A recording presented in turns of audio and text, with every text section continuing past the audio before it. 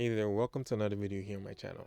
Before I jump right into this video, I want to give a shout out to my new subscribers. Thank you to everyone who's hit that subscribe button and welcome to the channel. Moving forward, I want to interact more with the community here on this channel because I want to build a place where people feel like they can talk about film and talk about anything to do with film. So thank you to everyone who's subscribe to the channel and anyone who's interacted with any of my videos in the past. I appreciate you. And if you haven't, why haven't you subscribed yet? Make sure you leave a comment below. I want to hear from you. Join the group, join the community. Let's have a conversation in the comment section. Anyways, let's jump right into this video. If you're like me, you've been shooting film for some time now. And for me, I've always shot what's considered to be fresh film. So film that is expiring in the next couple of years, film that you buy fresh at the camera store, at the film store, film that is readily available to us. And with those prices recently going up, especially for color film, I've been thinking about how I can save money and still continue to do the thing that I really love to do, which is shoot photography and more specifically shoot film. I recently made a video talking about how to save money and shoot film because I want to keep shooting this thing that I love to do. And a couple of ways I spoke about in that video, I talked about developing your own film. And recently I just purchased the kits. I just purchased everything I need to purchase to start doing some D76 black and white processing. So I am going to be starting that process really soon, and I'm going to be developing my first roll of black and white film. Another way I talked about saving money and continue to do this thing that I love to do is by buying expired film. And that led me down the path of buying and shooting a lot of expired film the past couple of months. And in that process, I wanted to make a blog post talking about how to buy expired film and also how to shoot expired film. And that led me to this two-part video, with the first part being how to buy expired film, which is this video that you're watching right now.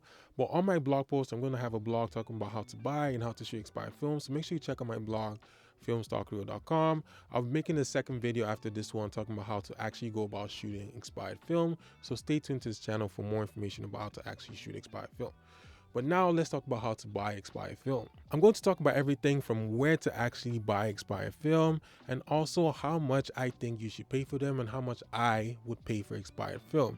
As usual, there's going to be timestamps in the description down below right under the like button, so feel free to jump around the video if you're looking for specific information on specific things. The first thing I think you want to know, or I wanted to know, is where can I actually find expired film? And there's different places you can go about finding expired film, and the number one place I usually tell people to go to is Facebook Marketplace. Facebook Marketplace has a lot of film that you can buy. You can also find film on eBay. You can find film on your local trading sites. You can find film at thrift stores. You can find film at your film camera store. Some of them sell expired film. You can also find them at online auctions and different places around your area. There's definitely going to be expired film. If there's film cameras, if they sell film cameras, they probably have expired film somewhere. The next thing is what to look for when you're actually going about buying expired film. When it comes to expired films, there's different things that are going to affect the way that it's going to come out. It's going to affect the results that you get from expired film. And the number one thing that I think you should look out for is what type of film is it? Is it a black and white film? Is it color film? Or is it slide film?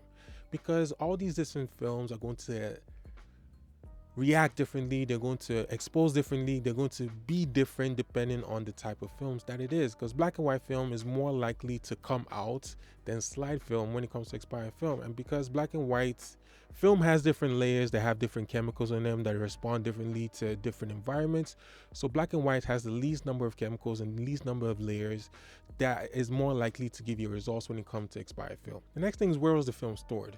If it was stored in a fridge or a freezer, it's more likely to be good. In fact, some of them you can even shoot at my box speed. But if it was stored in a closet somewhere, if it was found in a camera, if it was just laid in the box in somebody's garage, there's different ways to go about shooting those films, which I'm going to talk about in the next video on this channel. The next thing is what type of development process is it? This is a small thing that people normally overlook, but there's different processes that different films in the past went through. If you're shooting film in today's world, some of these films are developed in C41, E6, and also ECN2.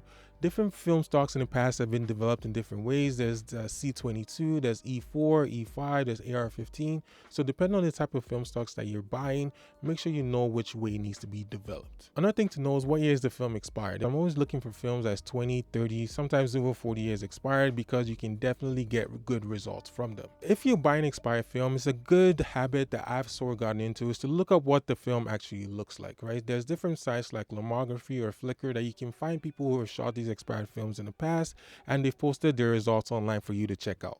The third thing I feel like you need to know when it comes to expired film is how much should you actually pay. Different people that know that the film that they have expired and is in good condition are more likely to sell their film for more, but people who haven't tested their film, people who don't know how it was stored, people who just found film, they're more likely to sell it. And older people who are used to be photographers who just happen to have a lot of film in their houses, they're more likely to sell them in bulk and at a cheaper price. Normally, if you're buying more, you get it for a cheaper price. So sometimes you're buying 40, 50, 30, 20, 10 rolls at a time. You're barely ever buying one at a time. You're buying in batches. So it's a good thing to get into the habit of seeing how much you should actually pay. I usually pay between $5 and $7 for 120 rolls per roll, or between $8 and $10 for 35mm rolls expired, and this is Canadian dollars. The next thing is how to actually get the film to you. If you can, I would recommend picking it up in person, because usually I find mine on Facebook Marketplace, so I'm usually able to meet up with the people in person and pick up the film by hand. But sometimes I have to get a ship from across the country, and that way I know Canada Post doesn't necessarily do any type of crazy scanning that's going to ruin the film. But I've never bought film internationally from different countries, because different countries have different ways to go about shipping film, and scanning packages that are leaving the country that may affect the way the film comes out. So it's definitely something worth noting. How is the film going to get to you? These are just some things I feel like you should consider when buying expired film, and this is by no means an exhaustive list. If there's other things that you consider when you're buying expired film, let me know in the comment section down below.